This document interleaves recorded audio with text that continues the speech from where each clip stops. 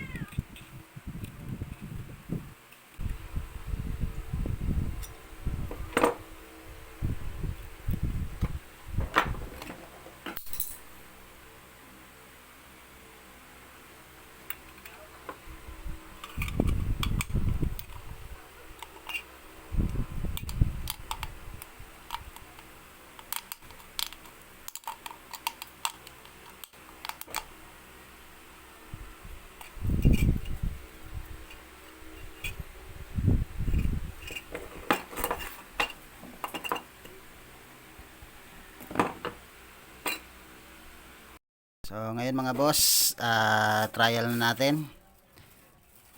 So, tingnan natin kung gagana ito mga boss. Ito yung ating biniling Flying Tiger.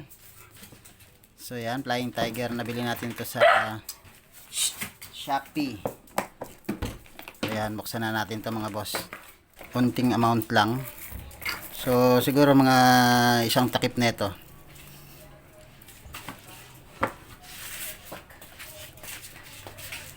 Ingat lang tayo mga boss. So, yan.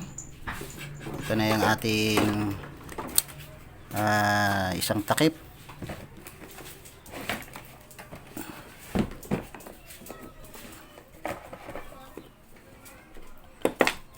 Okay.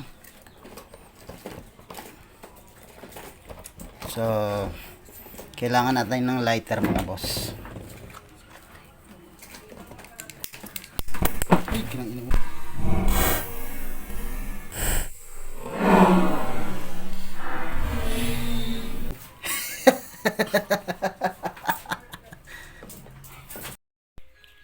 So, eto na mga boss yung ating DIY na alcohol stove.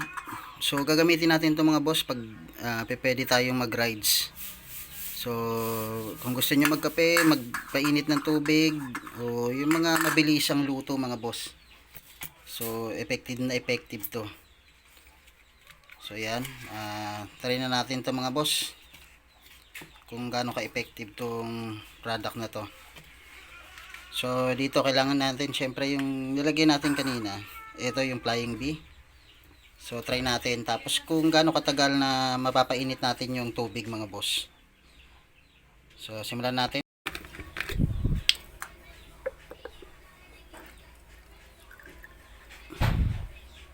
Dagdagan pa natin mga boss, onti pa.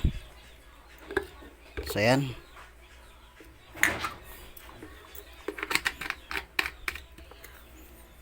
Sabay sindihan na natin mga boss. So gamit tayo nito.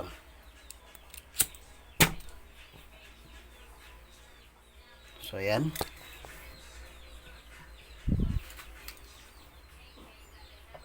So dito meron na siyang apoy. So patayin natin mga boss yung ating ilaw. Cellphone, ilaw ng ating cellphone. So yan. So meron na siya. Ang gagawin natin ay magsasalang tayo mga boss ng eto sirang ano to rice cooker na maliit. So eto manipis lang to, tamang-tama talaga to sa ganitong klaseng stove. Yung ganyang kaliit na stove mga boss. So yan ang mga boss. So malakas na yung ating apoy. So napakainit na, ramdam na natin yung init mga boss. So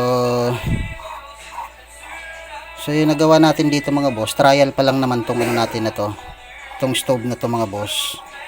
So gagawa tayo talaga ng yung gagamitin talaga natin sa pang mga rides mga boss. So yan. So pag inano mo yan mga boss, sobra init. So dahil yan blue flame talaga siya. So yan napakalakas niyan mga boss. So napakainit at napakalakas niyan. So ang gagawin natin mga boss ay sasalangan natin yan. Ito yung tubig na ito mga boss, marami-rami rin to Tamang-tama to dun sa mga noodles mga boss. Ang gagawin natin mga boss, ipatong lang natin ganito. So yan. So yun malakas siyang apoy na yan mga boss. Kapag dinama mo yung kanyang init, mararamdaman mo talaga napakalakas niyan. So yun So yan. Pang camping, pang rides. So yan, kailangan natin yan mga boss. Pang painit sa mga ating